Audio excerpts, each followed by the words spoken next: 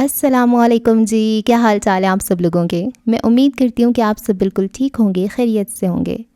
آج ہم سمیرہ حمید کا ایک مکمل ناول پڑھنے والے ہیں جس کا نام ہے میں بنت جمیلہ، جو خواتین ڈائجسٹ میں 2017 میں پبلش ہوا تھا۔ اور یہ ناول اتنا اچھا ہے، اتنا اچھا ہے، میں آپ کو بتا نہیں سکتی۔ آپ خود پڑھیں گے اور سنیں گے اور آپ کہیں گے واقعی یہ ایک ایسا ناول ہے جو آپ کو بالکل ایک دوسری کیفیت میں لے جاتا ہے، اور آپ کو سمجھ نہیں آتی اب کیا کرنا ہے۔ آپ پورا سنے پڑھے بغیر آپ یہاں سے ہلیں گے نہیں، مجھے پتہ ہے۔ بغیر وقت ضائع کیے کرتے ہیں ناول کا آغاز۔ چینل کو کر لیں سبسکرائب اگر آپ نے پہلے سے نہیں کیا ہوا تو۔ اور یہ دینا کی ہوگی ضرور، ماں جئی، بالکل ماں جئی۔ میں اپنی ہم عمر کسی لڑکی کے ساتھ نیاز کے چاول بانٹتی پھر رہی تھی۔ بڑھیا نے چندھی آنکھوں سے مجھے گھورا اور کہا، ایسا ہمیشہ ہوتا، میری شکل میرا تعارف خود کروا دیتی، میری ماں کا پتہ بتا دیتی۔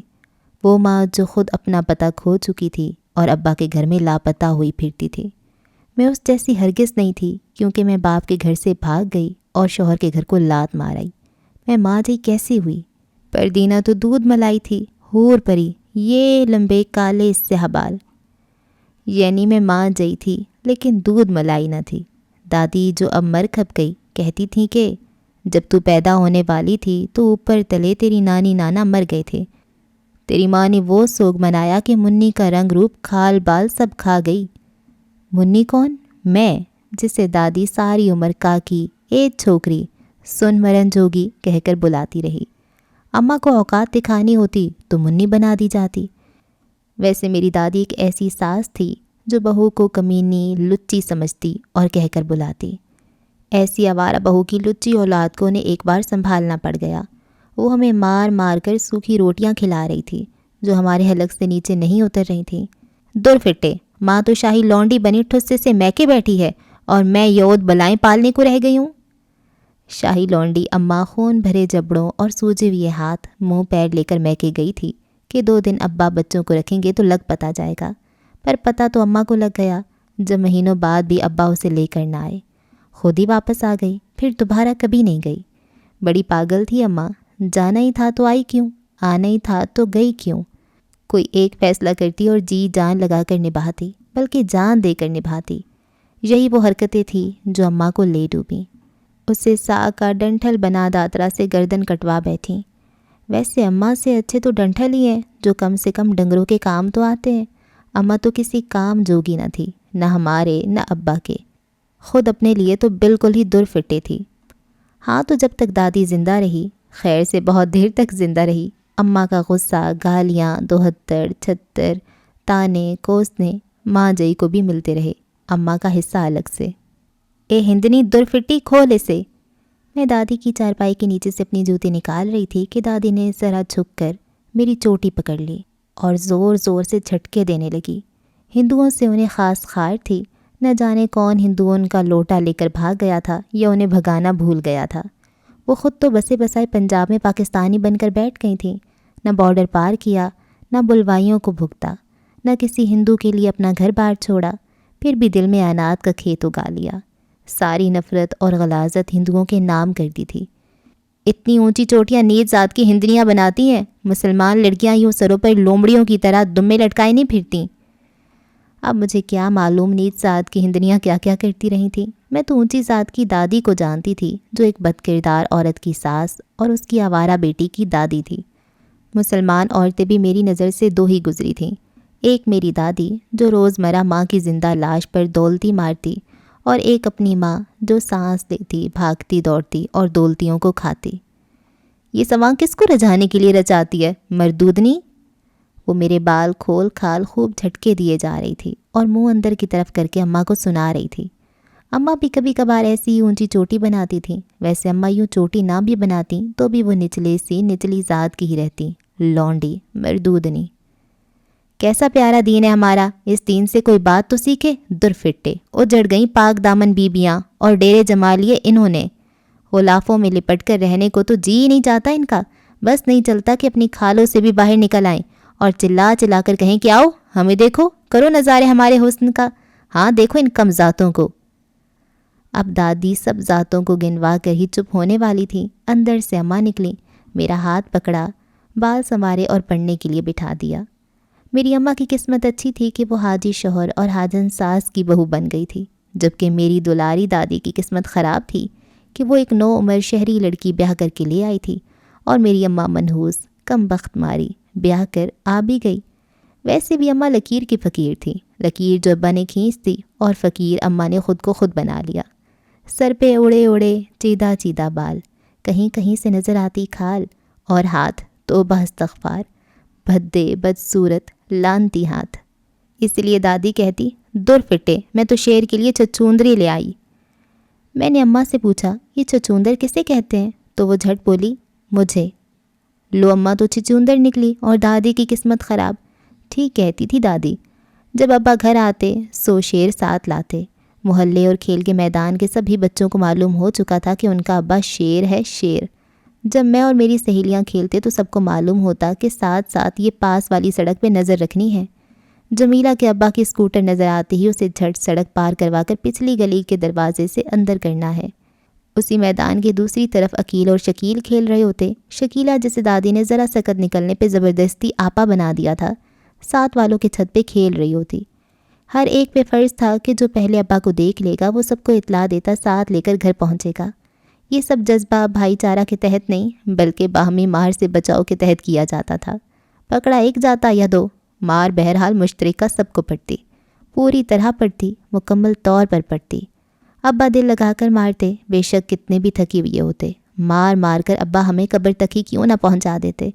اماں ہمیں نہیں بچاتی تھیں، ویسے بھی اماں نے ہمیں بچانے کے لیے ہاتھ بڑھایا نہیں یا زبان ہلائی نہیں کہ ان کے ہجرتی اماں بابا کو وہ ماں بہن کی گالیاں پڑتی کہ اماں منہ چھپا چھپا کر روتی۔ اور اماں کو آتا ہی کیا تھا، اگر اماں گالی دینے والی زبان نہیں کھینچ سکتی تھی تو گالی سننے والے کان ہی کچل ڈالتی، پھر یوں رونا تو نہ پڑتا۔ سنا تھا کہ چیز جتنی پرانی ہوتی جاتی ہے اس کی قدر اتنی ہی بڑھتی جاتی ہے۔ اماں کی قدر الٹا گھٹتی جا رہی تھی، بلکہ اتنی گھٹ گئی تھی کہ ٹکسال بھی اماں کو شرمندہ کر دے کہ جا بہن، تیرے دام کا کوئی سکہ نہیں بن سکا، نہ ابھی نہ کبھی، تیری قیمت ہی کیا ہے جو سکہ بنے۔ اس لیے تو اماں مجھے کبھی پسند نہیں رہی۔ بھلا کیا فائدہ ایسے انسان کا جسے وقت پڑنے پر بیچا جائے تو دمڑی بھی ہاتھ نہ آئے۔ عقیل شکیل تو تھوڑے بڑے تھے، پر میرا گڈا جسے میں سارا وقت کمر پہ لٹکائے پھرا کرتی تھی وہ مشکل بھاگنے دوڑنے لگا تھا کہ ابا نے باہمی مار میں اسے بھی رگڑ دیا۔ میں اسے بھی میدان میں اپنے ساتھ کھیلنے کے لیے گئی تھی نا، بیچارہ۔ سرکاری اسپتال کے ڈاکٹروں نے کہا پیٹ میں کوئی آنت پھٹ گئی ہے، خون رسنا بند ہی نہیں ہو سکا اس کا، 9 ماہ تک پاخانے میں خون آتا رہا، پھر وہ ہمیشہ کے لیے ٹھیک ہو گیا۔ بھلا چنگا خوش باش، مرحوم جلیل ولد حاجی ستار احمد۔ خیر ہمیں کیا، ہم سب تو کئی دن تک یہ ماتم کرتے رہے کہ وہ اتنا خوش قسمت کیوں رہا، اتنا خوش قسمت کہ اب اسے یہ سننا نہیں پڑے گا کہ تیرا باپ گالی قبر میں لیٹا ہے اور تجھ گالی کو میرے سر پہ ناچنے کے لیے چھوڑ گیا۔ اماں کا ابا؟ آپا پوچھتی، ویسے آپا تھی بڑی بھولی۔ دادی سے نہ پوچھائیں، شکیل نے مشورہ دیا، اور شکیل تھا بھی پاگل۔ ایک بار اس کے ہم جماعتوں کے والدین آ گئے اسکول اس کی شکایت لے کر، لیکن بازاری لوگوں کے بچے پڑھاتے ہیں آپ؟ توبہ، اتنی گندی باتیں، اتنی گندی باتیں، اتنے سے بچے کہاں سے سیکھتے ہیں یہ؟ اس دن اماں نے پہلی بار شکیل کی خوب پٹائی کی۔ اس اماں نے جو کائی لگے گھڑے کا بدبودار پانی تھی جس سے پیاس میں پیا جا سکتا تھا، نہ احترام میں۔ دادا کو اللہ جنت میں بڑے سے بڑے محل میں رکھے، دادی کو بٹھائے ایک بار سائیکل پر لیے جا رہے تھے کہ سامنے سے آتی گھوڑا گاڑی نظر نہیں آئی، خود وفات پا گئے اور دادی کی آدھی ٹانگ لے گئے۔ ان 1.5 ٹانگوں کے ساتھ دادی گھر میں ایسے اور اتنے دھمال کرواتی تھیں کہ میں سوچتی ہوں 2 ٹانگوں کے ساتھ کیا کچھ نہ کرتی۔ ویسے دادی بھی گیدڑوں کے سامنے ہی شیر تھیں، پھوپا کے سامنے تو دم کٹی چھپکلی بن جاتی۔ پھوپا اور ابا کی بنتی نہیں تھی، عمر بھر کا مرنا جینا ختم تھا۔ لاہور کی کسی شادی میں پھوپھی آئیں تو چپکے سے دادی سے ملنے آ گئی۔ اگلے دن اسی شادی پہ ہم سب بھی شریک تھے۔ میں نے پھوپا کو سلام کیا اور پوچھ لیا، آپ کل پھوپھی کے ساتھ گھر کیوں نہیں آئے؟ شادی والے گھر میں جو پھوپھی کے ساتھ ہوئی وہ الگ، اور جو میرے ساتھ میرے گھر میں ہوئی وہ الگ۔ اس ساری رات اماں میرے سرہانے بیٹھی رہی، نہ پچکارا نہ دلار کیا، بس بیٹھی مجھے گھورتی رہی جیسے یا خود مرنے والی ہو یا مجھے مار دینے والی ہو۔ ویسے اماں میں ٹھیک سے زندہ رہنے کی طاقت نہیں تھی، زور لگا کر مرتی یا مارتی کیا، بس بد دعائی تھی اماں ہم سب کے لیے، خود اپنے لیے تو سب سے پہلے تھی اور سب سے زیادہ تھی۔ پھوپھا کئی بار مجھے خاندان میں آتے جاتے نظر آئے، مگر دوبارہ ان پر سلامتی بھیجنے کی میں نے غلطی نہیں کی۔ جب ان کے بیٹے کے ساتھ آپا کا رشتہ پکا ہو گیا تب بھی نہ جانے پھوپھا رشتہ کیسے لے گیا آپا کا۔ دادی پھول ہی نہیں سماتی تھی کہ بیٹی اور داماد گھر آنے جانے لگے ہیں، ملنے ملانے لگے ہیں۔ آپا دنوں میں سوکھ کر تیلی سی بن گئی۔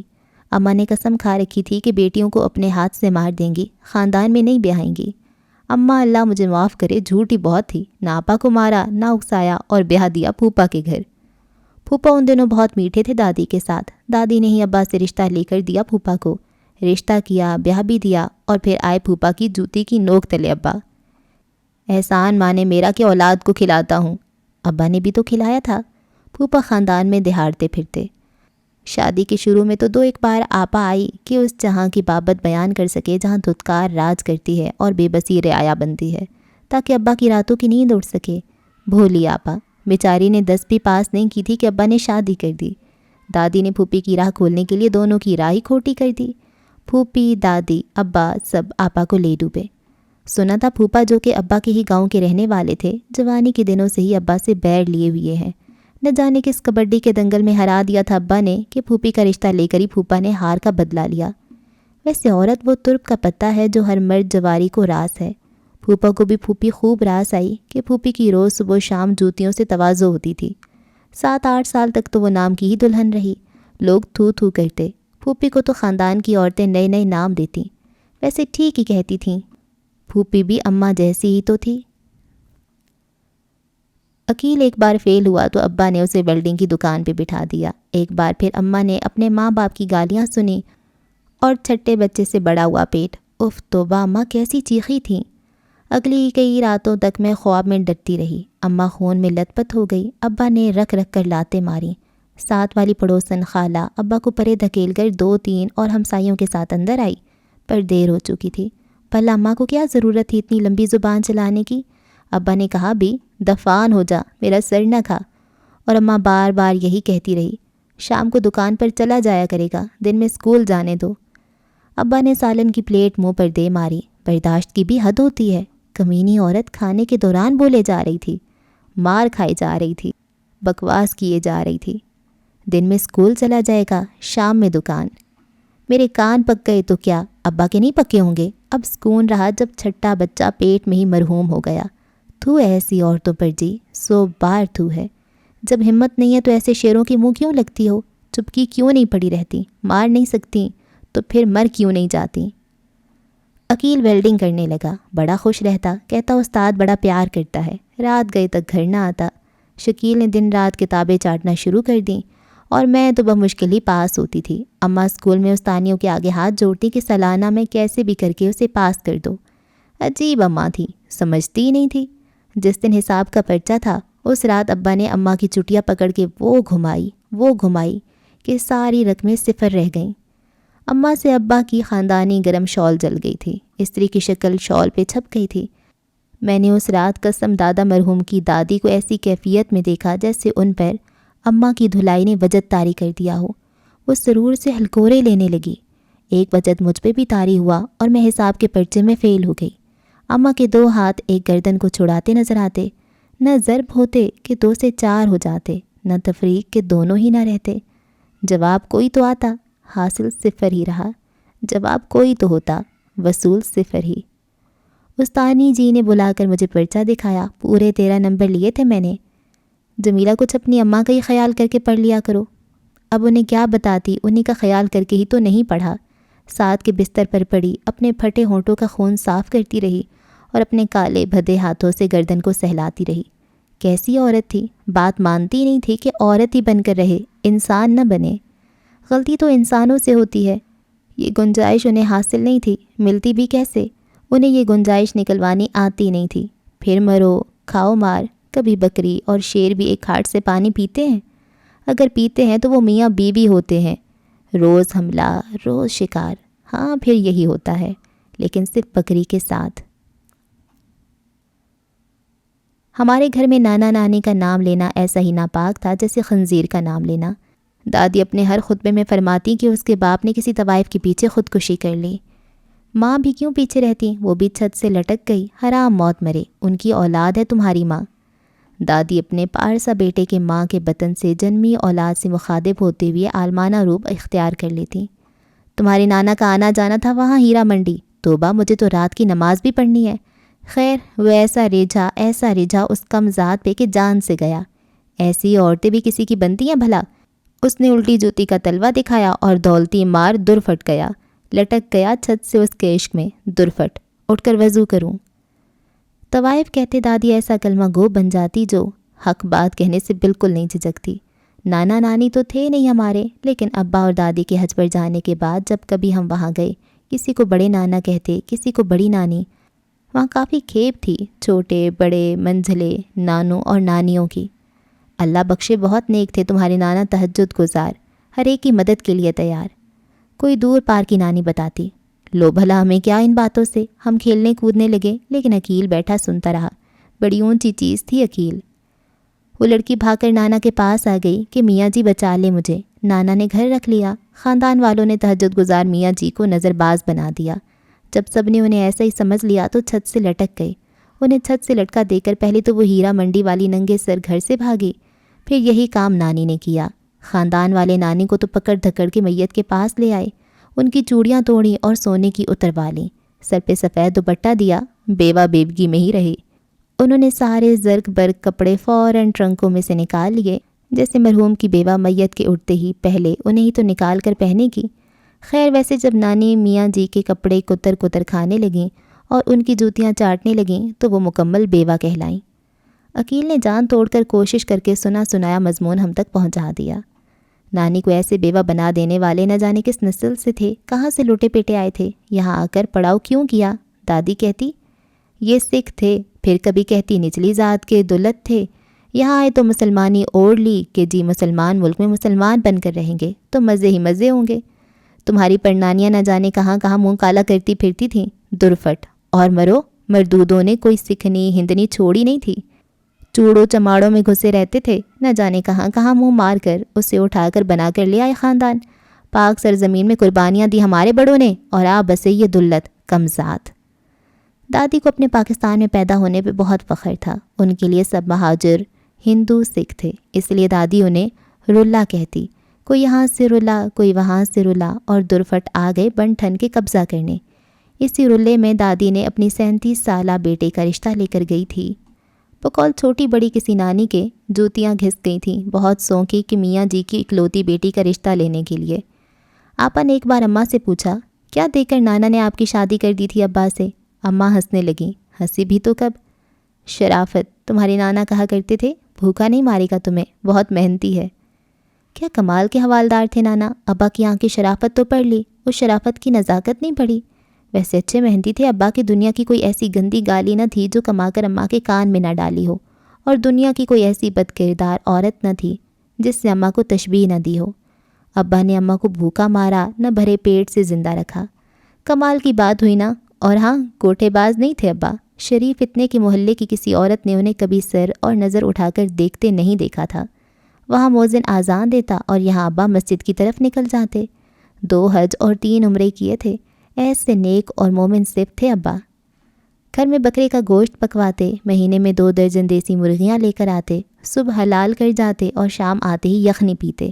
اس لیے تو دادی کہتی تھی، ہم تو ایسے ہی شاہی کھانا کھاتے ہیں، بھوکے ننگے تھوڑی تھے ہمارے دادے پر دادے۔ یہ بیسن کی ٹکیاں، آلو کے ملیدے، پتلی دالیں ہم نہیں کھاتے، پیلے چاول اور دھنیا پودینے کی چٹنی۔ درفٹ، ہمیں کیا پتہ 47 کے کیمپوں میں کیا کیا دیا جاتا تھا۔ اماں چھت پر سردیوں کی دھوپ میں بیٹھی، دونوں ہاتھ وہی ہاتھ لہرا لہرا کر نہ جانے کس سے باتیں کر رہی تھیں۔ وہ خدا کو سنا رہی تھی، بتا رہی تھی، یا پوچھ رہی تھی، یا اپنے اماں بابا کو کٹہرے میں کھڑا کیے اپنے پیدا کیے جانے کی وجہ پوچھ رہی تھی۔ پہلے میری سمجھ میں نہیں آیا، پھر میں نے ذرا غور کیا تو جانا کہ وہ بڑبڑا رہی تھی، اور ہاتھ، اللہ مارے ہاتھ، ایسے لہرا رہی تھی جیسے دہائیاں دے رہی ہو۔ پھر گو مجھے سکت نہیں اس منظر کو دوبارہ دہرانے کی، لیکن کوئی اگر مجھے تھام لے، میری کپکپاہٹ روک دے تو شاید۔ ہاں تو انہوں نے اپنے ہاتھ اپنے سر پہ رکھ لیے اور اتنی زور سے ایسی عجیب چیخ ماری کہ میں مارے ڈر کے نیچے بھاگ گئی۔ کچھ دیر میں عقیل شکیل کو بھی اوپر لے گئی۔ ہم تینوں نے اماں کو بڑبڑاتے، بال نوچتے، دہائیاں دیتے اور آنکھوں سے خون رستے، میں قسم کھا سکتی ہوں وہ خون ہی تھا، دیکھا۔ نیچے سے دادی کی چلانے کی آواز آئی تو ہم نیچے بھاگے۔ اماں نیچے آ کر ایسے کپڑے دھونے لگی جیسے اوپر کچھ ہوا ہی نہیں۔ ہم نے ایک دوسرے کی طرف دیکھا کہ دیکھو اماں کیسے ناٹک کرتی ہے۔ دادی ٹھیک کہتی ہے، نٹنی ہے، لے جا کر کسی چوراہے میں کھڑا کر دو، ایسا ناٹک کر کے دکھائے گی کہ دنیا گھروں کو جانا بھول جائے گی۔ چند دن پہلے آپا آئی تھی تو اماں بلک بلک کر روتی رہی تھی۔ بیٹی کے جسم کا کوئی ایسا حصہ نہیں تھا جو نیلا پیلا نہیں تھا۔ ابا آئے، ابا کو بتایا کہ ایسے جانوروں کی طرح مارتے ہیں۔ ابا کھانا کھاتے سنتے رہے اور پھر سو گئے۔ کیا کرتے بیچارے ابا؟ چند دنوں بعد آیا کہ بیٹے کے ساتھ آپا کو گاڑی میں بٹھا دیا۔ جاؤ جی، اپنے جھگڑے خود سمیٹو۔ جھگڑا سمٹ گیا۔ اماں چند دنوں بعد ہی چل بسی۔ کان اور ناک سے خون نکلنے لگا تھا۔ کوئی کہتا دماغ کی نس پھٹ گئی، کوئی کہتا تینوں اٹیک اکٹھے ہوئے، دل بند، اماں ختم۔ جو بھی ہوا، اماں مر گئی۔ 3-4 دن ہم سب خوب روئے، پھر سب ٹھیک ہو گیا۔ پڑوسن خالہ البتہ بہت ہفتوں تک روتی رہیں، بیمار بھی ہو گئی تھیں۔ انہیں بہت غم لگا تھا اماں کے جانے کا، جبکہ عقیل نے کہا یہ ہوئی نا بات، روز کی جنگ سے جان چھوٹی۔ مہینہ بہت سکون سے گزرا، نہ کوئی لڑائی نہ جھگڑا، نہ ماں کی نہ باپ کی۔ اتنا سکون تھا گھر میں، یقین نہیں آتا تھا کہ یہ ہمارا ہی گھر ہے۔ اماں پہلے ہی مر جاتی بھلا، ایسے سکون کے لیے کہ امائیں اپنی جان نہیں دے سکتی۔ ایک دن ساتھ والی خالہ مجھے چپکے سے ساتھ لے گئی، نہ جانے کیا کیا کہتی رہی۔ مجھے تو سب بکواس لگا۔ کہنے لگی سب کا کہنا ہے تمہارے ابا نے اماں کو زہر دے کر مارا ہے۔ میں کیسے مان لیتی؟ بھولی خالہ، زہر دے کر مارنے والوں میں سے نہیں تھے ابا، زندہ لاشیں بنا کر گھر کی قبر میں رکھنے کے حق میں تھے۔ خالہ کے ابا تھوڑی تھے جو خالہ کو پتہ ہوتا۔ اماں نے زہر کھا لیا ہو تو ہو۔ میں گھر واپس آئی تو ایک ایک برتن سونگھنے لگی۔ عقیل شکیل کو بتایا، وہ ہاتھ پہ ہاتھ مار کر ہنسے اور کہنے لگے اتنی ہمت والی ہوتی اماں تو ابا یا دادی کو زہر نہ کھلا دیتی۔ کہہ تو ٹھیک رہے تھے، چلو ابا یا دادی کو نہ دیتی، ہم چاروں بہن بھائیوں کو ہی دے دیتی، ورنہ آپا کو تو ضرور ہی دے دیتی۔ اس لیے تو اماں مجھے کبھی پسند نہیں رہی اور میں نے اس کے مرنے کا سوگ نہیں منایا۔ اسکول میں لڑکیاں حیران ہوتی کہ جمعہ 4 دن نہیں ہوئے جمیلہ کو مرے، اور اس کی کھلکھلاہٹیں تو دیکھو۔ ایک لڑکی اماں کا افسوس کرنے لگی تو میں ہنسنے لگی۔ اس نے مجھے خوب کھری کھری سنائی، بے شرم بے غیرت کہا، نادان لڑکیاں سب کی سب، وہ کیا جانے بیچاریاں، ماں کی لاڈلیاں، باپ کی دلاریاں، کہ اماں کا مرنا کتنی خوشی کی بات تھی، کتنا سکون تھا مجھے، کتنا سکون ہوگا اماں کو بھی۔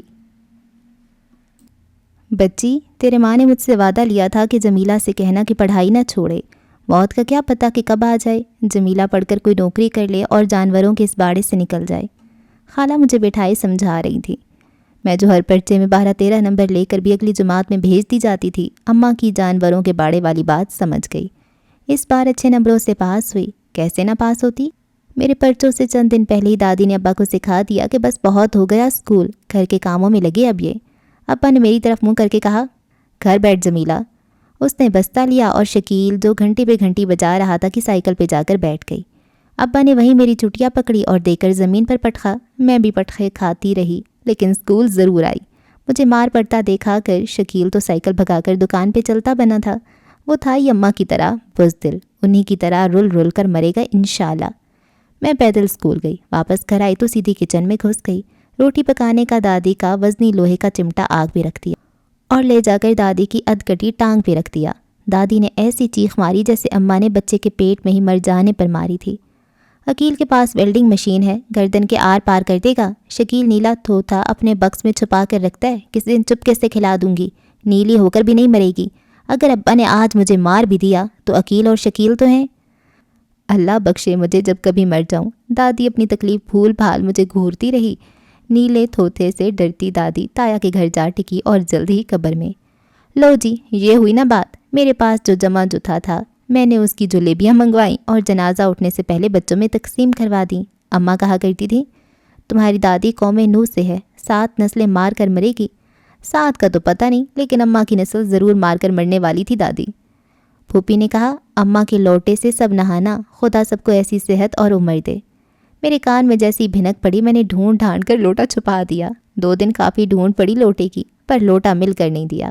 ابا تو وہ بین کر کر کے روئے کہ ہم اپنی اماں کے مرنے پر نہ روئے ہوں گے۔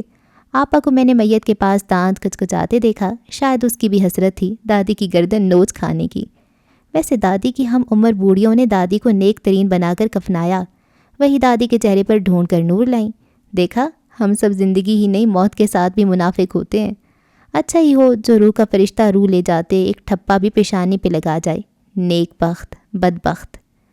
دادی کے مرنے سے آزادی سی آزادی تھی۔ میں نے اسکول میں سب کو ڈانس کر کے دکھایا۔ ابا دوسری شادی کرنے کے لیے ایسے تیار ہو گئے جیسے ان کی شادی تو طے تھی، بس اماں کی موت ٹل رہی تھی۔ میری بات آیا کہ گھر پکی کر دی۔ خالہ نے خوب اکسایا کہ اپنے نان کے گھر کو بھاگ جا جمیلہ، لیکن ماں گئی تھی تو کیسے بھاگ جاتی، اتنی ہمت نہیں تھی۔ عقیل جہادی گروپ کے ساتھ نکل گیا تھا۔ جانے سے ایک دن پہلے اس نے ابا کی گردن دبوچ لی تھی جب ابا مجھے اماں کی طرح مار رہے تھے۔ عقیل نے گھونسے مارے، گردن دبوچی اور جہادی گروپ کے ساتھ کشمیر بھاگ گیا۔ بھگوڑا، تو کبھی کامیاب نہیں ہوگا، تو اونچی پہاڑی سے گر کر مر جائے گا، شہید نہیں ہوگا، تیری لاش کھائیوں میں سڑتی رہے گی، مٹی نہیں بنے گی، تجھ گند کو فرشتے کبھی نہیں اٹھائیں گے، نہ حساب کے نام پہ، نہ سزا اور سوال کے نام پہ۔ جو گھر کا جہاد چھوڑ کر باہر بھاگے وہ بے شہید ہو کر مرے۔ میں نے اس کو بد دعا دی۔ شکیل اللہ مارا عورتوں سے بھی بدتر تھا۔ میرے کان میں گھسا کہتا رہا کہ چپ چاپ تایا کے گھر شادی کر لے ورنہ ابا ہم دونوں کو مار دے گا۔ توبہ، کتنی پیاری تھی شکیل کو اپنی جان، اور مجھے بھی۔ میرے سر کی کھال نظر آنے لگی تھی، رنگ کو لتار اور ہاتھ بھدے لانتی ہوتے جا رہے تھے۔ میں شیشہ دیکھتی تو پھوٹ پھوٹ کر رونے لگتی۔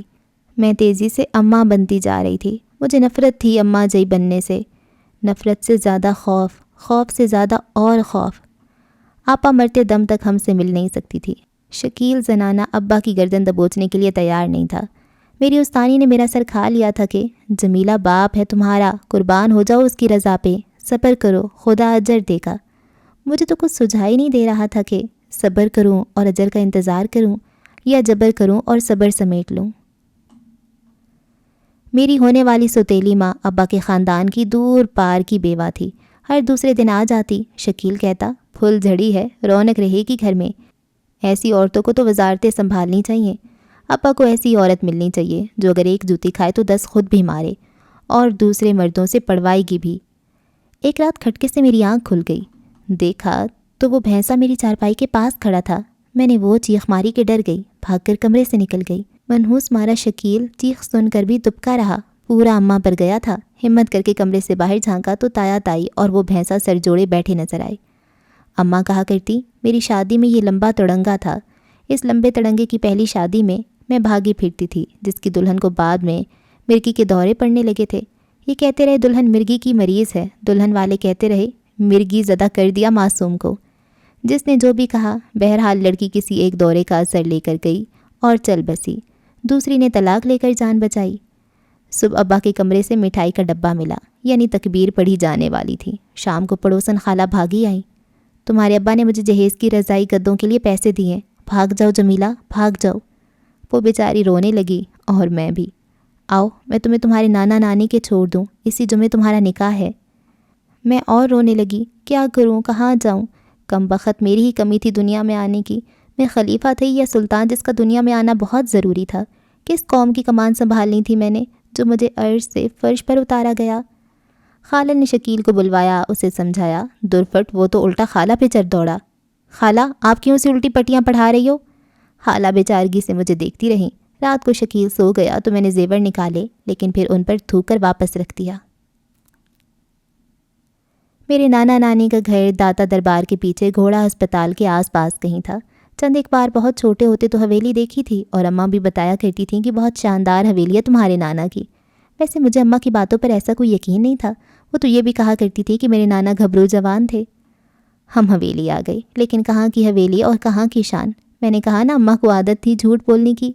وہ حویلی تھی یا انسانوں سے بھری گلی سڑی بدبودار ڈربوں سے اٹی بستی جو ابھی تک کسی عذاب سے تباہ نہیں ہوئی تھی، کیونکہ شاید اس بستی کو عذاب کا مستحق بھی نہیں سمجھا گیا تھا۔ مجھے تو ایسی ہی پھٹکاری ہوئی بستی ہی لگی وہ۔ پھر یوں ہوا کہ خالہ تو خود پریشان ہو گئی وہاں آ کر۔ تمہاری اماں کے ساتھ ایک بار آئی تھی، لیکن تب تو اچھی خاصی حویلی تھی۔ ہماری سمجھ میں نہیں آیا کہ کہاں جائیں، کس کے کمرے سے، کس گلی سے، کس سیڑھی سے، کس چوبارے کو پار کر کے کس طرف کو نکلیں۔ خیر ہو ان دو بڑیوں کی، انہوں نے ماں جئی کو پہچان لیا۔ خالہ نے وقت ضائع کیے بغیر سب کچھ کہہ دیا اور پھر تو جیسے بھونپو بج اٹھا اس حویلی نما بستی میں۔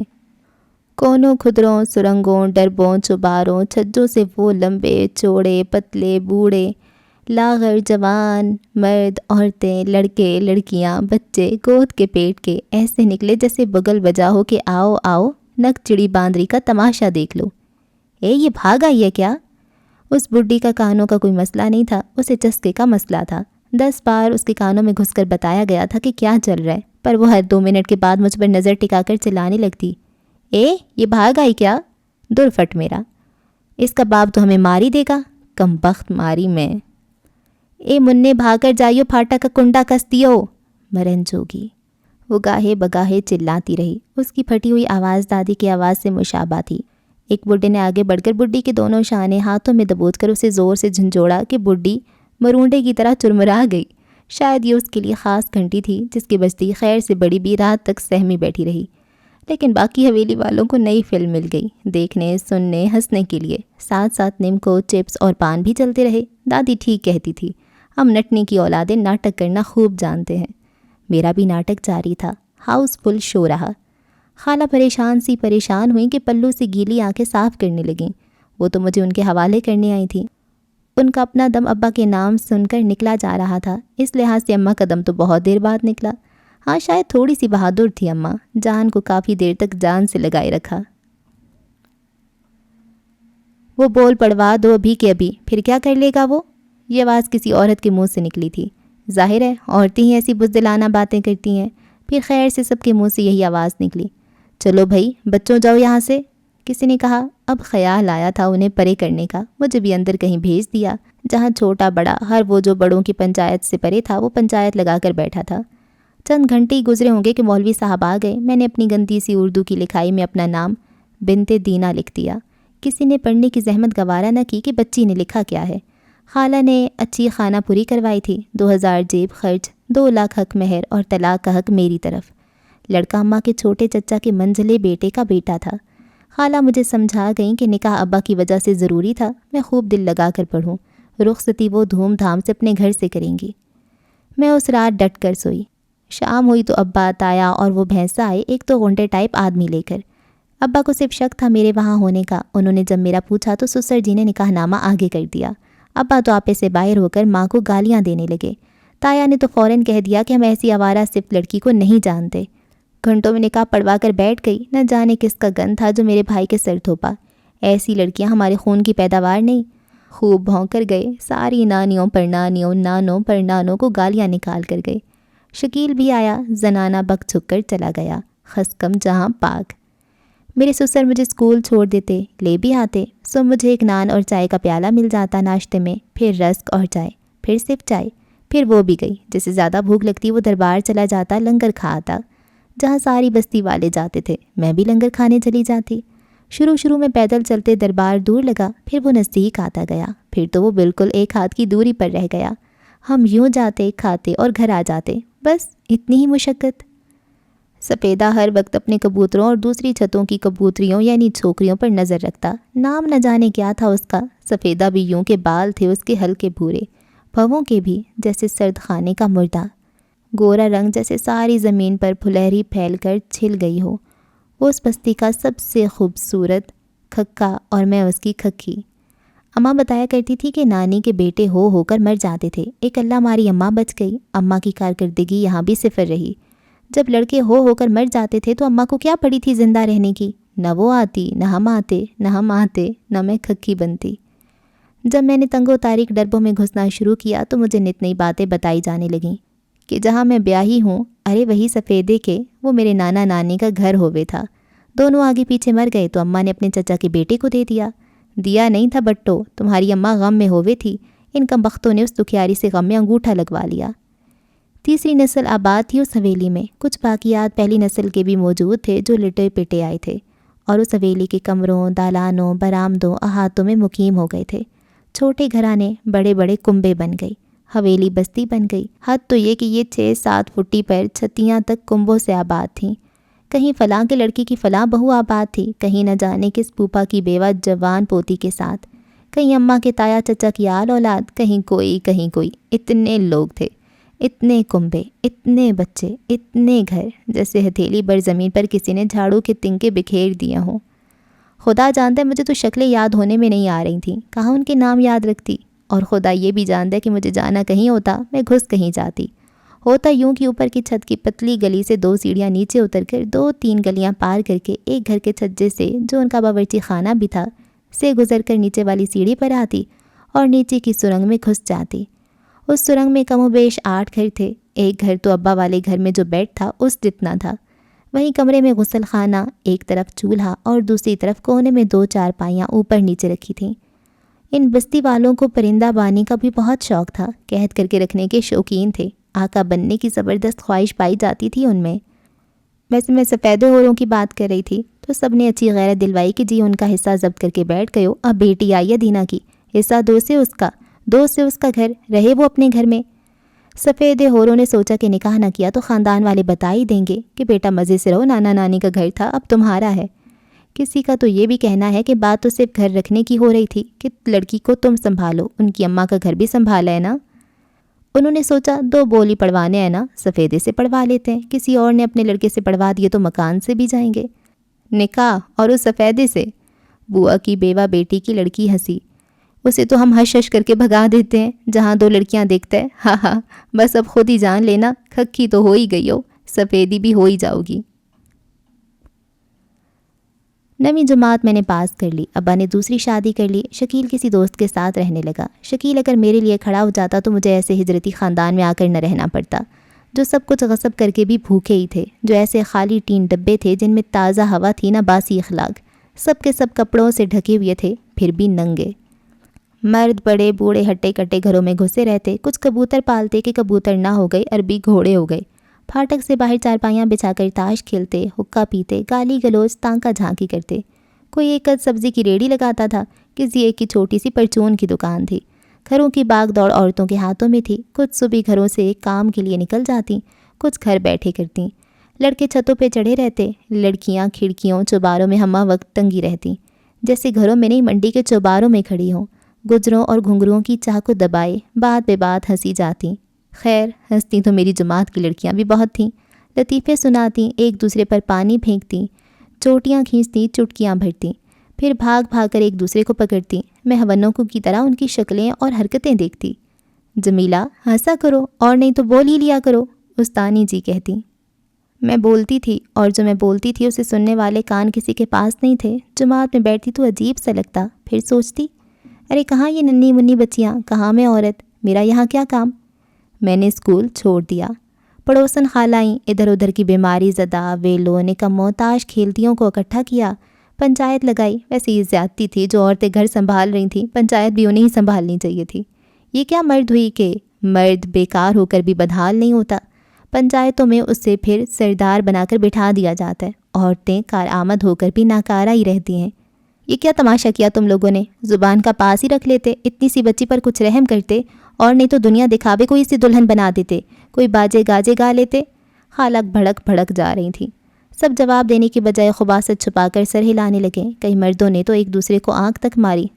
جو ہونا تھا وہ ہو گیا تھا، سفیدہ میرا شوہر بن گیا۔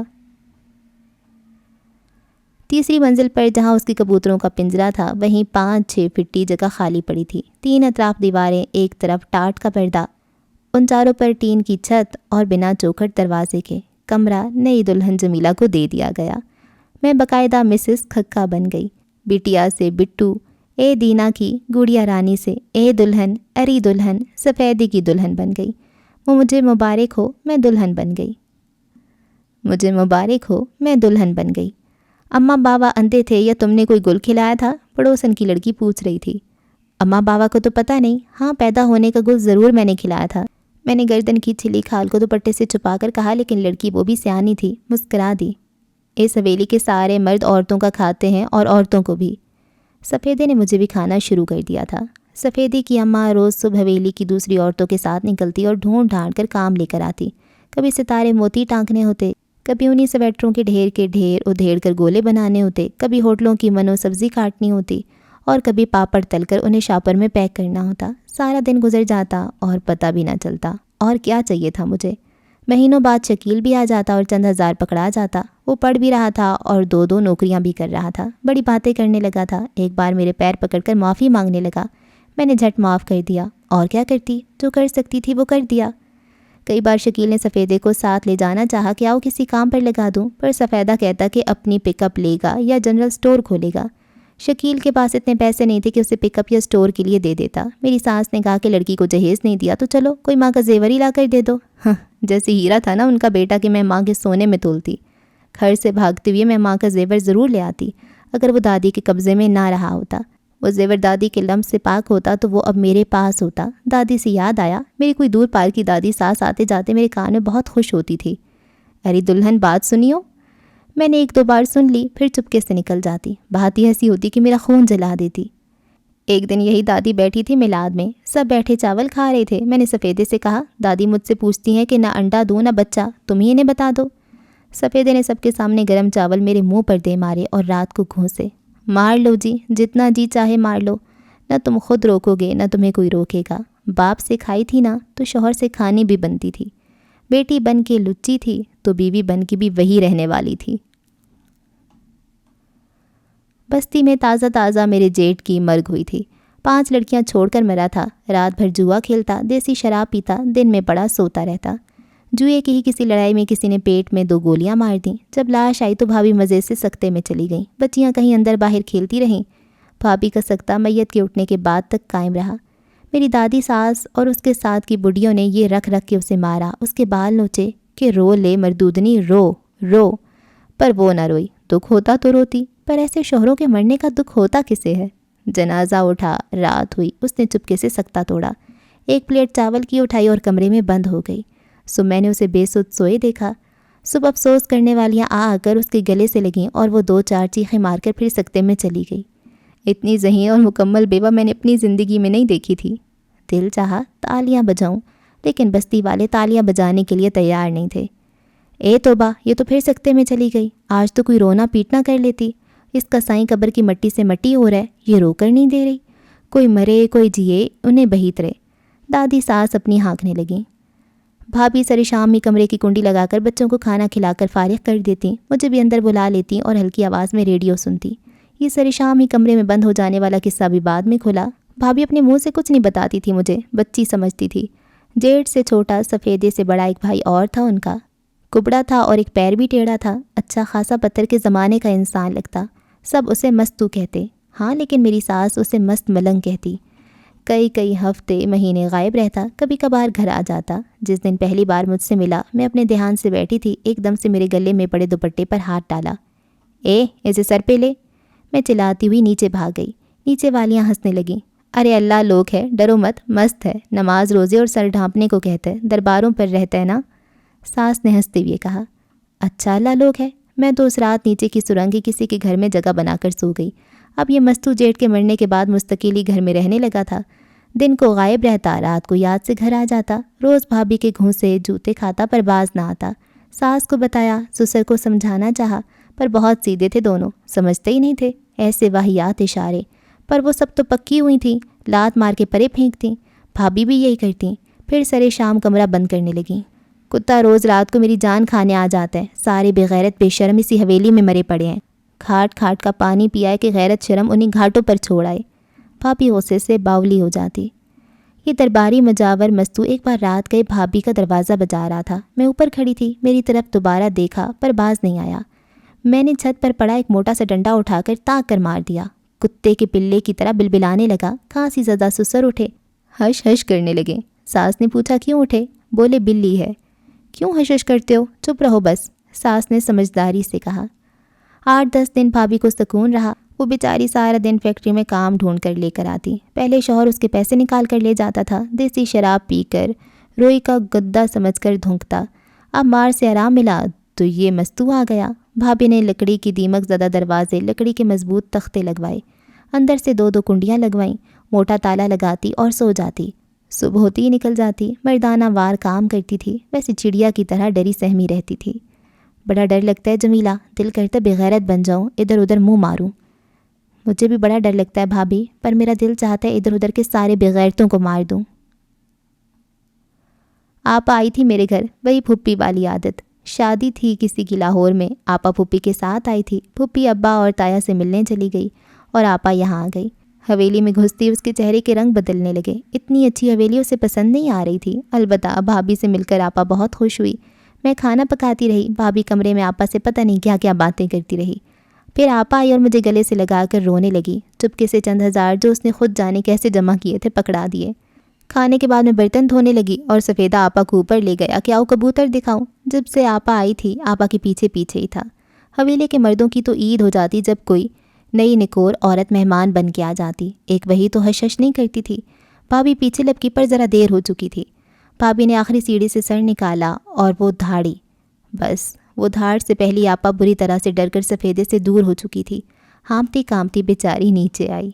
آپا فوراً جانے کے لیے تیار ہو گئی۔ معصوم کے ہاتھ کانپ رہے تھے برقع پہنتے ہوئے۔ میں تو خود چاہتی تھی وہ چلی جائے، کیوں ملنے آئی تھی وہ مجھ سے؟ حویلی کے ڈربوں کے مقیم تو قسم کھا کر کہتے تھے کہ نانا جیسا شریف تہجد گزار پاک باز اس پورے خاندان میں نہیں تھا۔ اسی نے حکومت سے یہ حویلی الاٹ کروائی، 2 بھائیوں اور بیوہ بہن کو پناہ دے۔ وہ عورت ہندنی تھی، 47 میں کسی مسلمان کے ہاتھوں برباد ہوتی کوٹھے جا پہنچی۔ نانا نے اس کی کہانی سنی تو وعدہ کر لیا کہ بارڈر پار کروا دیں گے۔ وہ کہنے لگی، اب کیا منہ لے کر بارڈر پار کروں گی، عزت کی روٹی دے دو میاں جی۔ وہ اندھیر دروازے پہ کھڑی کہہ رہی تھی۔ نانی نے بڑھ کر استقبال کیا، سینے سے لگایا۔ بیچاری حویلی کے کونے میں دبکی اپنی پوجا پاٹ میں لگی رہتی۔ یہی نیکی کی اس نے اور وہ بدنام ہو گیا۔ بات مسجد کے امام اور نمازیوں تک جا پہنچی۔ کہاں کی تہجد اور کیسی کی شرافت، لاکھ صفائیاں دینے پر بھی کوئی نہ مانا تو دل برداشتہ ہو کر لٹک گئے۔ شاید نانا کے بھائیوں کو یہ ڈر تھا کہ ہندنی کو مسلمان کر کے میاں جی نکاح نہ پڑھوا لیں۔ پہلی والی کے لڑکے ہو کے مر جاتے ہیں، ضروری نہیں کہ دوسری والی کے بھی لڑکے ہو کر مر جائیں۔ اگر لڑکے ہو کر نہ مرے تو انہیں مرنا پڑے گا، جب ساری حویلی وارثوں کو دینی پڑے گی۔ یوں اگلے پچھلوں نے حویلی سنبھال لی، ادھر ادھر کے دور پار کے رشتہ داروں کو حویلی کے حصے تھوڑے تھوڑے کر کے بیچ دیے۔ ایسے ہی تو حویلی بستی نہیں بن گئی تھی۔ میں یہ بات کر رہی تھی کہ سفیدہ الٹا نانا نانی اماں شکیل عقیل کے قصے لے کر بیٹھ جاتا ہے، نہ اپنا بڑا بھائی دیکھتا ہے، نہ باپ، اور نہ وہ پدی سی 2 بہنیں۔ یہ بھر بھر کر نیازوں کی پلیٹیں آتی تھی دونوں کے لیے۔ خدا ہی جانتا تھا صبح و شام وہ کون سے ختم شریف دلائے جاتے اور صرف انہی کے لیے پلیٹیں بھر بھر کر آتی۔ دکانوں پر بوتل لینے جاتی تو بھر بھر شاپر اپنے دوپٹوں کی بکل میں چھپا کر لاتی۔ ایک تازہ واقعہ تو سنایا ہی نہیں، 2 چھتیں چھوڑ کر سفیدہ اور کبوتری شادی شدہ پکڑی گئی۔ اس کی شوہر نے تو وہ بجایا دونوں کو کہ سب نے اپنی اپنی چھتوں پر چڑھ کر جی بھر کر یہ تماشا دیکھا۔ میرے اور بھابھی کے تو ہنس ہنس کر پیٹ میں بل پڑ گئے۔ وہ تو مرنے مارنے پہ تلا تھا، لیکن سسر جی نے سفیدے کو کسی جانے والے کے یہاں دور شہر چلتا کیا۔ اب سکون ہے سفیدے سے، جمیلہ کو۔ میں بھابھی کے کمرے میں سونے لگی۔ ایک رات گرمی بہت تھی، کمرے میں دم گھٹ رہا تھا۔ بھابھی تو عزت کے مارے بیچاری تنور میں پڑی رہتی تھی، بچیوں کو بھی باہر نکلنے نہیں دیتی تھی۔ مجھ میں تھوڑی دلیری باقی تھی۔ میں اللہ ماری تیسری منزل پر آ گئی اور چارپائی نکال کر لیٹ گئی۔ لیٹتے ہی سو گئی اور پھر چیخ ماری اور خوف سے میری گھگی بند گئی۔ میں نے مستو کو پرے دھکا دیا، دوپٹہ گلے میں پھندا سا بن گیا۔ میں جھٹ کبوتروں کی کابک میں گھس گئی اور اندر سے کنڈا لگا لیا۔ میرے جاتے کبوتر پھڑپھڑانے لگے۔ مستو پاگل کتے کی طرح کابک کے چکر لگانے لگا، گالیاں بکتا رہا، دھمکیاں دینے لگا۔ میں نے سر گھٹنوں میں دے لیا اور اونچی آواز میں رونے لگی۔ مستو پچکارنے لگا، بہلانے لگا، باہر آنے کے لیے منانے لگا، جیب سے پیسے نکال کر بھی دکھائے۔ میں زمین پہ دبکی بیٹھی تھی، جس سمے ایسی کپکپاہٹ تھی جیسے ہڈیاں کھال چھوڑ رہی ہوں۔ مستو پھر گالیاں بکنے لگا۔ میں نے بھی گالیاں دینی شروع کر دیں، جی ہاں، اور اپنے بال نوچنے شروع کر دیے۔ میں کیوں پیدا ہوئی؟ جمیلہ تو کیوں پیدا ہوئی؟ ناخنوں سے اپنا منہ کھرچنا شروع کر دیا، دانتوں سے اپنے بازو کاٹے۔ اس سور نے مجھے ایسا کرتے دیکھا تو ٹھٹک کر رہ گیا۔ رات کے اندھیرے میں جبکہ مردے بھی اپنے قبروں میں سکون سے سو رہے تھے، زندہ جمیلہ کونے میں کبوتروں میں دبکی سسکیاں لے رہی تھی۔ مجھے اماں یاد آ رہی تھی۔ پھر فوراً ہی مجھے اس پہ غصہ آنے لگا۔ یہ وہی تھی جس کی چپ کا پھل میں کاٹ رہی تھی۔ ہاں، یہ وہی تھی جو مجھے اس کابک میں بند کر گئی تھی۔ وہی یہ چاہتی تھی کہ مجھے احترام ملے نہ پناہ، اور یہ بھی کہ جیسے وہ ہاتھ اٹھا کر تنہائی میں بیٹھی دہائی دیا کرتی تھی، میں بھی وہی کروں۔ میں نے دور تک پھیلے اندھیرے کو دیکھ کر دہائی دی۔ میں نے بھی دونوں ہاتھ اٹھا لیے اور ساتوں آسمان ہلا ڈالنے چاہے۔ میں ماں جئی بن گئی۔ میرا پھٹا گریبان، اجڑے بال، کانپتا جسم اس ذرے کی حیثیت اختیار کر گیا جو موجود ہو کر بھی ناسور ہی ہوتا ہے۔ چھپ کر بیٹھی ہے، تھو ہے مجھ پر، گونگی رہتی ہے، لاچار بنتی ہے، تھو تھو، ڈرتی ہے، اخ تھو۔ آہستہ آہستہ جیسے دبے پاؤں ماں جئی بنے مجھے یہ آوازیں سنائی دینے لگیں، جو شاید میرے حصے کی وہی تھی، ورنہ یقیناً الہام۔ میں نے ایسی باتیں پہلے سوچی نہ سنی۔ میرے جسم کی بوٹی بوٹی کے کان کھڑے ہو گئے، ان کانوں نے کان لگا کر کام کی باتیں سنی۔ ایمان پا کر تم جیسوں نے کھویا، چاہتے ہو اللہ اپنی فوج لے کر آئے تمہاری جنگ لڑنے کے لیے، پھر تمہیں خلیفہ کیوں بنایا اللہ نے؟ بچاؤ اور وار ایک ہی ہتھیار سے ہوتا ہے، ہتھیار والے جانے بچاؤ کرنا ہے یا وار۔ تمہارے اعمال کی پوچھ پڑتال ضرور ہوگی اور تمہارے خوف اور بزدلی پر لعنت بھی ضرور بھیجی جائے گی۔ آدم نہیں رہے گا تو وہ اس صفت سے منکر ہوگا جس صفت پر اسے اللہ نے پیدا کیا۔ جس صفت سے پیچھے ہٹے گا اس صفت کا منکر ہوگا۔ کتنی دیر ہو گئی، کتنے زمانے بیت گئے، کتنی بستیاں اجڑ گئیں، نسلیں ختم ہو گئیں ایک انسان کو اس کی صفات پہ قائم رکھنے کے لیے۔ میں ہمت انگوش ہو گئی کہ مجھے بتایا جا رہا تھا کہ جنہیں کبوتر سمجھتی ہو، جن میں پناہ لیے بیٹھی ہو، وہ جلد ہی گدھ بننے والے ہیں۔ اگر ایسے ہی میں پناہ لیے بیٹھی رہی تو وہ مجھے کمزور جان لیں گے، میری آہیں سنیں گے تو ہنسیں گے، آنسو دیکھیں گے تو مزے لیں گے، پھر وہ آگے بڑھیں گے اور نوچ لیں گے۔ مستو اب نیچے جا رہا تھا۔ میں اٹھ کھڑی ہوئی اور کابک میں کبوتروں کے بیٹھنے کے لیے رکھی موٹی لوہے کی سلاخ کو زور لگا کر نکالنا چاہا، جو آسانی سے نکلنے کے لیے تیار نہیں تھی۔ ٹھیک ہے، آسان تو کچھ بھی نہیں ہوتا۔ سلاخ میرے ہاتھ میں آ گئی، بہت دیر سے آئی۔ گریبان کو گرا لگائی، دوپٹے سے سلاخ کو اپنے ہاتھ پر باندھ لیا اور کابک کا دروازہ کھول کر چھک کر باہر نکل آئی۔ میرا جسم ابھی بھی کانپ رہا تھا، بھلے سے کانپتا رہتا۔ چھت کی طرف کی سیڑھیوں کی اوٹ میں مستو ابھی بھی چھپا بیٹھا تھا، مجھے اس کا سر نظر آ رہا تھا۔ وہ جانتا تھا کہ میں ساری رات کابک میں نہیں بیٹھ سکتی، ٹھیک جانا اس نے۔ میرے نکلتی مستو چھلانگ لگا کر اوپر آ گیا اور میری طرف لپکا۔ میرا ہاتھ پیچھے کی طرف تھا، مستو کے جھپٹتے ہی وہ ہاتھ سامنے آ گیا۔ میں نے نئی اڑان پر نکلی چڑیا کی طرح پورے دل سے ہوا میں غوطہ کھایا، دونوں پر پھیلائے اور پورے زور سے سلاخ کو مستو کے سر پر دے مارا۔ مستو ادکٹے بکرے کی طرح تڑپا اور پیچھے جا گرا۔ پھر میں نے کمر پر مارا۔ اب مجھ پر جھپٹنے کی بجائے وہ کتے کے بلے کی طرح چوں چوں کرتا نیچے بھاگا۔ نیچے بڑا کمرہ جس میں سارا کنبہ سوتا تھا، جس کے دروازے کو باہر سے کنڈی وہ خود ہی لگا کر اوپر چھت پر آیا تھا، میں وہ مرے ہوئے مچھر کی طرح ڈھیر ہوا۔ سب ایسے ہڑبڑا کر اٹھے جیسے کسی نے ان کے تلووں پر تیل چھڑک کر تیلی لگا دی ہو۔ یکدم بھگدڑ مچ گئی۔ گالیاں بکتا مستو اپنی ماں کے پیچھے جا کر کھڑا ہو گیا۔ میں نے پیچھے جا کر اس کی دونوں ٹانگوں پر ضرب لگائی۔ سسر نے پیچھے سے آ کر بالوں سے پکڑ کر مجھے پرے گھسیٹا۔ مستو جس کے منہ سے کتوں کی طرح رال ٹپک رہی تھی، بھاگ کر باورچی خانے سے بیلن اٹھا لایا۔ بھابھی ہانپتی کامتی دو کنڈیاں کھول کر اپنے کمرے سے باہر آئی۔ نند نے جھٹ دروازہ بند کر لیا کہ حویلی میں سے کوئی اور یہ تماشا دیکھ نہ لے۔ کیا ہوا جمیلہ؟ بھابھی میری طرف لپکی کہ مستو بھونکا۔ اپنے نانے پر گئی ہے، وہ نظر باز تھا یہ خود۔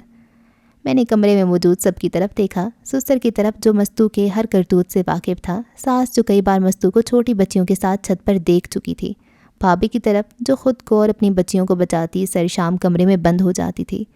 ساس مجھے گھور رہی تھی، وہی ساس جو کہتی ہے کیوں حشش کرتے ہو، چپ رہو بس۔ اسی ساس نے گالیاں دینی شروع کر دیں اور کھینچ کر میرے منہ پر چانٹا مارا، کیونکہ اسے لگا وہاں میں اکیلی ہوں، ایک اکیلی۔ ہاں ٹھیک ہے، مجھے اکیلا ہونا منظور ہے، پر مان جئی نہیں۔ مستو آگے بڑھا اور بیلن میرے پیٹ میں دے مارا۔ بھابھی نے مستو کو پرے کرنا چاہا، لیکن انیلا فرزانہ نے بھابھی کو پرے پھینکا۔ ساس نے میری چوٹی پکڑ کر گھمانی شروع کر دی۔ گشتی کی اولاد کو عزت راس نہیں، بھاگ آئی باپ کے گھر سے، بڑی عزت والی ہے نا جو بھاگ آئی۔ اپنے محلے میں کیا کیا کر کے آئی ہے، کیا ہوگا، اس لیے باپ بڈھے سے بیاہنے کے لیے تیار ہو گیا تھا، ہر وقت چھت پر ٹنگی رہتی تھی، کتنی بار میں نے ساتھ کے چھت کے لڑکے کے ساتھ پکڑا، آج مستو نے پکڑ لیا ہوگا۔ ساس چلانے لگی، نہ جانے کون کون کیا کیا بک رہا تھا۔ میں پیٹ لیے زمین پر دوہری ہو رہی تھی، بھابھی کی چوٹی بھی ایک نند کے ہاتھ میں تھی۔ مستو مجھے مارنے میرے قریب آیا، میں نے سارے دردوں کو پرے دھکیلا اور دور گری سلاخ پہ جھپٹا مارا، پوری قوت سے اس کے پیروں پر دے ماری۔ سسر نے جوتا اٹھا لیا، انیلا فرزانہ مجھ پر ایک ساتھ پل پڑی۔ ساس اپنے ناخنوں سے مجھے نوچنے لگی، لیکن میں نے سلاخ نہیں چھوڑی، سب کو اس کی زد پر رکھ لیا۔ جس وقت ساس نے اپنے دوپٹے کا پھندا بنا کر میرے گلے میں ڈال کر کسا، اس وقت میری آنکھوں کے سامنے اندھیرا چھانے لگا۔ میں نے ایک ہاتھ سے پھندا ڈھیلا کرنا چاہا کہ مستو آگے آیا اور میرے منہ پر چانٹے مارنے لگا۔ جب ساس پورا زور لگا کر میرا پھندا کس رہی تھی، تبھی میں نے بھی کس کر مستو کے سر پہ سلاخ دے ماری۔ سب اس کی طرف لپکے۔ بھابھی نے بڑھ کر دروازہ کھول دیا، تقریباً ساری بستی والے اندر آ گئے نوٹنکی دیکھنے۔ اور کر ہی کیا سکتے ہیں یہ لوگ، تماشا لگا سکتے ہیں یا تماش بین بن سکتے ہیں، نہ اوپری درجے پر نہ نچلے پر۔ ہاں، میری آنکھیں اندھیرے سے نہیں سکون سے بند ہو گئیں۔ اچھا ہے، اس دنیا میں رکھا ہی کیا ہے۔ اماں کبھی سرہانے بیٹھی نظر آتی، کبھی سر دباتے۔ اماں یوں ہی آئے دن آتی رہی۔ پھر ایک دن عقیل آیا۔ یہ لمبی داڑھی، نورانی چہرہ، شہید ہوا لگتا تھا، کھبرو جوان، پاک پاس، ہمارے باپ کا خون نہیں لگتا تھا۔ کر آئے جہاد؟ اس نے سر ہلایا۔ اللہ جانے ہاں میں کہ نہ میں۔ ہو گیا کشمیر آزاد؟ اللہ کی راہ بہت اچھی ہے جمیلہ۔ وہ مسکرایا بھی۔ میں نے آنکھیں موند لیں۔ اللہ کی راہ؟ مجھ سے زیادہ کون جان سکتا ہے کہ اللہ کی راہ کتنی دل فریب ہے؟ جمیلہ چلے گی میرے ساتھ؟ اگلی بار آیا تو پوچھا، میں نے ہاں میں سر ہلا دیا۔ تجھے اپنے پاس رکھوں گا، تیرا منہ اپنے ہاتھوں سے دھلایا کروں گا، بالوں میں کنگھی کروں گا، منہ میں نوالے بنا بنا کر ڈالوں گا، لوریاں سناؤں گا، میٹھی نیند سلایا کروں گا۔ سناؤ لوری، میں سونا چاہتی ہوں۔ اس نے میرا سر سہلانا شروع کر دیا اور حمد پڑھنے لگا۔ مجھے گہری نیند آ گئی۔ اس نے میری گیلی آنکھیں اپنی پوروں سے صاف کیں۔ پھر اندھیرا چھا گیا۔ آنکھ کھلی تو کمرے میں اندھیرا تھا۔ بڑا صدمہ ہوا۔ آنکھ کھلنے کا بڑا صدمہ ہوا۔ اس دنیا کا وہی پرانا نظارہ۔ میں نے آنکھیں بند کر لینی چاہیں۔ جمیلہ، جمیلہ، وہ اس کے گال تھپک رہا تھا۔ جمیلہ کو آنکھ کھولنی پڑی۔ عقیل اس کے سامنے بیٹھا تھا۔ اس کے جسم میں درد تھا، بہت درد، لیکن یہ درد جتنا زیادہ تھا اسے اتنا ہی پیارا تھا۔ اس کا بستر اجنبی تھا۔ اس نے آس پاس نظر دوڑائی۔ کمرے کی دیواروں سے ہوتی ہوئی اس کی نظر کمرے کے باہر تک گئی۔ اس چھوٹے سے کمرے اور باہر کے نظر آنے والے منظر سے اسے یاد آنے لگا کہ بڑے سے کنبے کا یہ چھوٹا سا گھر بھابھی کا میکا ہے۔ عقیل اس کی گال پیار سے تھپک رہا تھا۔ چند دن ایسی ہی آنکھیں کھلتی بند ہوتی رہیں۔ بھابھی، بچے، عقیل، شکیل گاہے بگاہے نظر آتے رہے۔ دوبارہ اس نے آنکھیں کھولی تو عقیل گیلے تولیے سے اس کا منہ صاف کر رہا تھا۔ پھر وہ اس کے بال سنوارنے لگا۔ بچیاں اور بھابھی کمرے میں کھڑی اسے دیکھ رہی تھیں۔ بھابھی تو رو بھی رہی تھیں۔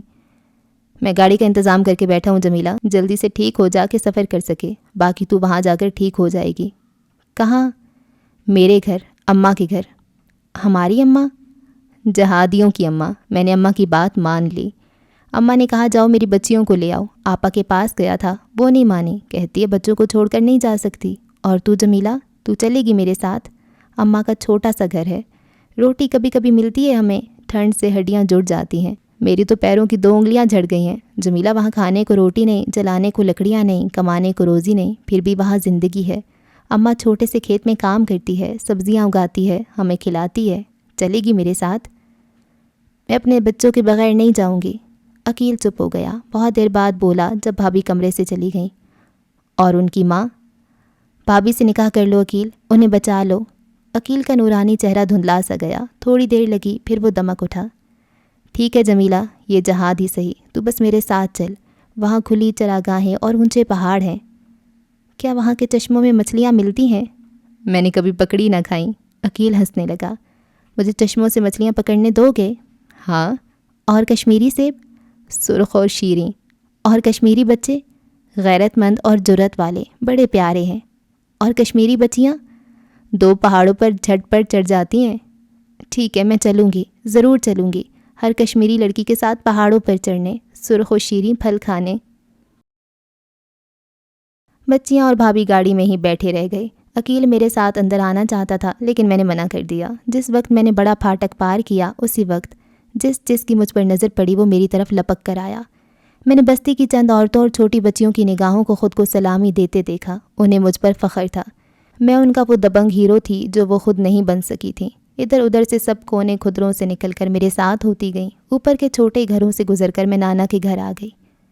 سامنے ہی مستو بیٹھا چائے پی رہا تھا۔ اس کے سر، ہاتھ، پیر پر پٹیاں بندھی تھیں۔ مجھے دیکھتی ہی چلانے لگا، اماں، اماں، اسے دیکھ، یہ۔ اس کی اماں اس کا دل دہلا دینے والی آواز سن کر باورچی خانے سے نکلی۔ اس کے نکلنے سے پہلے ہی میں نے کمرے میں رکھی لوہے کی الماری کا چھوٹا خانہ چابی سے کھول کر اس میں سے اپنی چادر نکالی تھی، جو ابا کے گھر سے نکلتے وقت میں نے اپنی ساتھ لی تھی۔ یہ اماں کی چادر تھی، یہ ان کے پاس ان کی اماں کی نشانی تھی۔ نشانی سے محبت کا یہ سفر تکلیف دے رہا، یہ ایک سہارے کی طرح تھا جو اماں نے ڈھارس کے لیے اپنے پاس رکھا ہوا تھا۔ وہ اکثر اس چادر سے لپٹ کر رویا کرتی۔ نشانی کے سفر کو میں ایک نیا سفر دینے والی تھی۔ میں نے چادر اوڑھ لی۔ میری ساس بکتی رہی، نکل جا ہر آفا، اب ہم تجھے پناہ دینے کے نہیں، تو نے کیا سمجھا ہے؟ ہر بار تو منہ اٹھا کر آئے گی تو ہم تجھے باہوں میں بھر لیں گے، تیرے گناہ چھپاتے پھریں گے، تیری کالگ اپنے منہ پر لیپ لیں گے، نکلو تم سب بھی یہاں سے، کیا تماشا دیکھ رہے ہو؟ دفعان ہو، نکل۔ میں باورچی خانے میں گئی۔ یہاں ایک ڈبے میں نے کچھ پیسے چھپا کے رکھے تھے جو شکیل دے جایا کرتا تھا مجھے۔ جیسے ہی میں نے وہ نکالے ساس نے جھپٹ لیے۔ کسی چیز کو ہاتھ نہ لگائی ہو۔ بہت دیر ہو چکی تھی۔ میں نے اس سے زیادہ تیزی سے ساس کے ہاتھ سے واپس جھپٹ لیے۔ اماں تو پرے ہو جا، بھوکی ننگی کو لے جانے دے جو لینا چاہتی ہے۔ چادر اوڑھ کر میں اوپر آئی جہاں میرا 6 فٹی کمرہ اور کبوتروں کا کابک تھا۔ مجھے یاد ہے اس کابک میں کون گیا تھا، جمیلہ، اور اس کابک سے باہر کون آیا تھا، میں۔ اس رات میں نے خود کو دوبارہ پیدا کیا تھا۔ حقیقی خالق کے بعد میں اپنی خالق ہوں۔ جس وقت میں کابک کے پاس پہنچی، سفیدہ جو آس پاس کے کبوتروں پر نظر رکھے کھڑا تھا ایک دم سے تن کر کھڑا ہو گیا۔ اسے معلوم تو ہو گیا ہوگا کہ میں آئی ہوں۔ اس نے یہ اندازہ بھی لگا لیا ہوگا کہ میں اس کے قدموں میں گر کر معافی مانگوں گی۔ باپ کے گھر جانے سے تو رہی، اب مجھ جیسوں کا ٹھکانہ اور کہاں ہوگا، اس کا گھر نا۔ میں بنت جمیلہ، پورے ہوش و حواس میں، سلیم عرف سفیدہ، ولد وزیر احمد کو بقائمی ہوش و حواس طلاق دیتی ہوں۔ میں نے ہاتھ میں پکڑا قانونی طلاق کا کاغذ بھی اس کے منہ پر دے مارا۔ میرے ساتھ آنے والے سارے مجمع کو سانپ سونگھ گیا اور کسی ایک چھوٹی سی بچی نے تالی بجائی۔ جس وقت میں گاڑی میں بیٹھ رہی تھی اس وقت بستی کے سبھی لوگ باہر کھڑے مجھے جاتے ہوئے دیکھ رہے تھے۔ وہ سب نہیں جانتے، لیکن میں جانتی ہوں کہ یہ انسان اس زمین کے اہل نہیں ہے۔ یہ بستی اور ایسی ہر بستی جلد ہی تباہ ہونے والی ہے، جلد، بہت جلد۔ اوہ مائی گاڈ، اللہ جی، یہ پورا ناول میں نے کس ٹرانس میں پڑھا ہے، میں کس کیفیت میں تھی، میں ایکسپلین نہیں کر سکتی۔ اللہ، بار بار ایسے گوز بمپس آتے تھے، سمجھ نہیں آتی تھی اب کیا ہوگا، یہ کتنا غلط ہو رہا ہے، یہ کیا کرے گی۔ خود میں سوچ رہی تھی اس کو کیا کرنا چاہیے، کیا کرنا چاہیے، لیکن مجھ سے خود نہیں کچھ ہو رہا تھا، مجھے سمجھ ہی نہیں آ رہی تھی۔ اللہ اللہ، کتنی یہ بہادر ہے۔ اور سمیرہ حمید، یار آپ کیا کرتی ہیں، کیسے لکھ لیتی ہیں اتنے اچھے ناولز، کیسے یہ کریکٹرز بنا لیتی ہیں آپ۔ اللہ، طواف عشق ان کا ناول ہے، اللہ اللہ، ام الیقین، اللہ اللہ اللہ، اتنے اچھے ناولز ہیں، اتنے اچھے ناولز ہیں، اور ہر ناول اتنا خاص ہوتا ہے، اتنا اسپیشل ہوتا ہے، پتہ نہیں کیسے لکھ لیتی ہیں یار، بہت بہت اچھا لکھتی ہیں۔ چھوٹا سا ناول تھا لیکن ہمیشہ یاد رہ جانے والا ناول ہے، بہت اچھا لگا ہے مجھے۔ اور اس میں ہوتے ہیں یار جو مڈل کلاس یا بلو مڈل کلاس جو ہوتے ہیں طبقے، وہ ہوتے ہیں ایسے، وہاں پر ایسی یہ ہے، زندگی ہے، غلط ایسے ہی ہے، بس ہے یہ، اس کو کوئی بدل نہیں سکتا۔ اور یہ ان کے ذہنوں میں رچ بس گئی ہیں، گھٹیا لوگ ہیں، چھوٹی ذہنیت کے خبیث لوگ۔ اللہ اللہ بچائے ایسے لوگوں سے۔ وہ بیچاری جو مر گئی، کیسے وہ مری ہے، سب اس کے بچے کیسے رول گئے ہیں، کیسی اس کی ساس تھی، کیسا اس کا ہسبینڈ تھا، اور یہ کتنے منافق لوگ ہیں۔ اللہ، آپ بتائیں آپ کو کیسا لگا یہ ناول۔ اگر آپ کو اچھا لگا ہے اور آپ نے پہلے سے چینل کو سبسکرائب نہیں کیا ہوا تو کائنڈلی چینل کو کر لیں سبسکرائب، اور سمیرہ حمید کے جو دوسرے ناولز ہیں نا وہ آپ کو اسکرین پہ میں دکھا دوں گی، آپ ان کو کلک کریں اور ناولز کو بھی ضرور سنیے گا۔